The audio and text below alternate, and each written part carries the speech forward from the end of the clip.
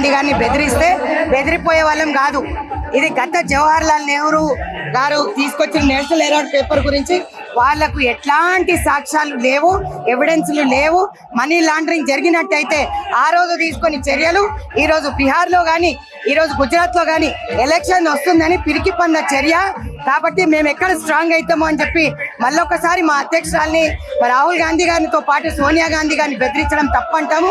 మహిళా రక్షణ కరువైపోయింది, అన్ఎంప్లాయ్మెంట్, యూత్కి ఉద్యోగాలు లేవు. ఈరోజు అప్పుల పాలు చేసి ఏ ప్రధానమంత్రి చేయనంత అప్పు ఈ ప్రధానమంత్రి చేసి మనీ లాండరింగ్ గురించి మాట్లాడుతూ ఒక మహిళని హరాస్మెంట్ చేయడం నేను ఖండిస్తున్నాను. మీకు సాక్ష్యాలుంటే ఖచ్చితంగా మీరందరూ కూడా ప్రొడ్యూస్ చేయాలని చెప్తున్నాం. ఆ రోజు నుంచి ఈ రోజు దాకా సాక్ష్యాలు లేకుండా మొన్న అహ్మదాబాద్ లో జరిగిన ఏఐసిసి సెషన్ చూసి కడుపు మంటలేసి ఇట్లాంటి చర్యలకు పాల్పడుతున్నారు. బీహార్ లో ఎందుకంటే తేజస్వి యాదవ్ వచ్చి మాట్లాడినప్పుడు ఈ రోజు ప్రతి ఒక్కరు ఎక్కడ వాళ్ళని జరుపుతారు, ఈవీఎం ట్యాంపరింగ్ ఖచ్చితంగా చేస్తున్నారని చెప్పి మళ్ళీ ఒకసారి మాకైతే డౌట్ ఉంది 100%. కాబట్టి వాళ్ళు ఈ రోజు ఈ పిరికి పంద చర్యలు చేస్తున్నారు. బీహార్ లో మేము ఎలక్షన్ గెలుస్తాం, గుజరాత్ లో మేము ముందంజలో ఉన్నాం, ముందుకు పోతున్నాం అనే భయంతో ఇట్లాంటి పిరికి పంద చర్యలు చేస్తున్నారని నేను అనుకుంటాను. 2008లో 90 కోట్ల అప్పుతో ఆగిపోయిన పేపర్ మళ్ళీ 2010లో ఎందుకు ఓపెన్ చేశారు? 2000 కోట్ల మనీ ఇది మా పేపర్ అండి, ఎప్పుడన్నా ఆపుకుంటాం, ఎప్పుడన్నా ఓపెన్ చేసుకుంటాం. వాళ్ళకి ఏమైనా సాక్ష్యాలు ఉంటే ఇవ్వమని చెప్పండి.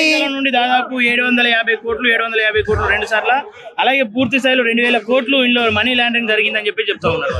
సాక్ష్యాలు ఉన్నాయా? సాక్ష్యాలు ఉంటే ప్రూవ్ చేయండి. నేను ఒక అడ్వకేట్నే కదా, సాక్ష్యం లేనిదైతే కేసు కొట్లాడలేను కదా. ఇప్పుడు ఎవరైనా సరే ఏ కేసు పెట్టినా కూడా సాక్ష్యాలు లేకపోతే కోర్టు కొట్టేస్తుంది. మరి ఇన్ని రోజులు మరి నోరు మూసుకొని ఎందుకు కూర్చున్నారని అడుగుతా. ఈ రోజు ఎలక్షన్ వస్తుందని చెప్పి ఛార్జ్ షీట్ వేస్తున్నామని చెప్పి వాళ్ళని హరాస్మెంట్ చేయడం ఎంతవరకు కరెక్ట్? కాబట్టి పిరికి పంద చర్యనే బీజేపీ వాళ్ళది. రాబోయే కాలంలో బీహార్లో కానీ గుజరాత్లో కానీ మోదీ ప్రభుత్వం రాదు అనే భయంతో మా సోనియా గాంధీ గారిని కానీ రాహుల్ గాంధీ గారిని హరాస్మెంట్ చేస్తున్నారని నేను అనుకుంటున్నాను. కానీ సోనియా గాంధీని రాహుల్ గాంధీని అరెస్ట్ చేసి తీరుతామని చెప్పేసి ఈడీ బలంగా కూర్చుంది. ఇది మోడీకి అంటగట్టడం ఎంతవరకు కరెక్ట్? ఇన్నేళ్ల నుంచి గాజులు వేసుకొని కూర్చున్నారా? మరి ఎవిడెన్స్లు ఉంటే ఎందుకేలే, ఎవిడెన్స్లు ఉంటే ఎందుకు ప్రూవ్ చేయలేదు అంటున్నా. ఆ రోజు నుంచి ఈ రోజు దాకా గాజులు వేసుకొని నిద్రపోతున్నా అని అడుగుతున్నా. You have proper evidence, come out, produce చేయండి, మేము ఫేస్ చేస్తాం. అంతేగాని ఏ ఎవిడెన్స్ లేకుండా ఎప్పుడు ఎలక్షన్ వచ్చినప్పుడల్లా అప్పుడు ఒకటి నోటీసులు, అప్పుడు ఛార్జ్ షీట్లు, అప్పుడు సమన్ చేసి పిలవడము, ఎప్పుడంటే అప్పుడు అక్కడ కూర్చోబెట్టి వాళ్ళని హరాస్మెంట్ చేయడం ఇది పద్ధతి కాదు. మహిళలను రక్షించడంలో మోదీ ప్రభుత్వం ఫెయిల్ అయింది. వాళ్ళ ఎంపీలు, ఎమ్మెల్యేలు, వాళ్ళ కార్యకర్తలే హరాస్మెంట్ చేస్తారు. మళ్ళీ ఒక్కసారి మహిళా రక్షణలో ఫెయిల్ అయింది కాకుండా ఈరోజు పెరుగుతున్న ధరలు, నిత్యావసర సరుకుల మీద, గ్యాస్ ధరల మీద మాట్లాడరు. ఈరోజు పెరుగుతున్న పెట్రోల్, డీజిల్ ధరల మీద మాట్లాడరు.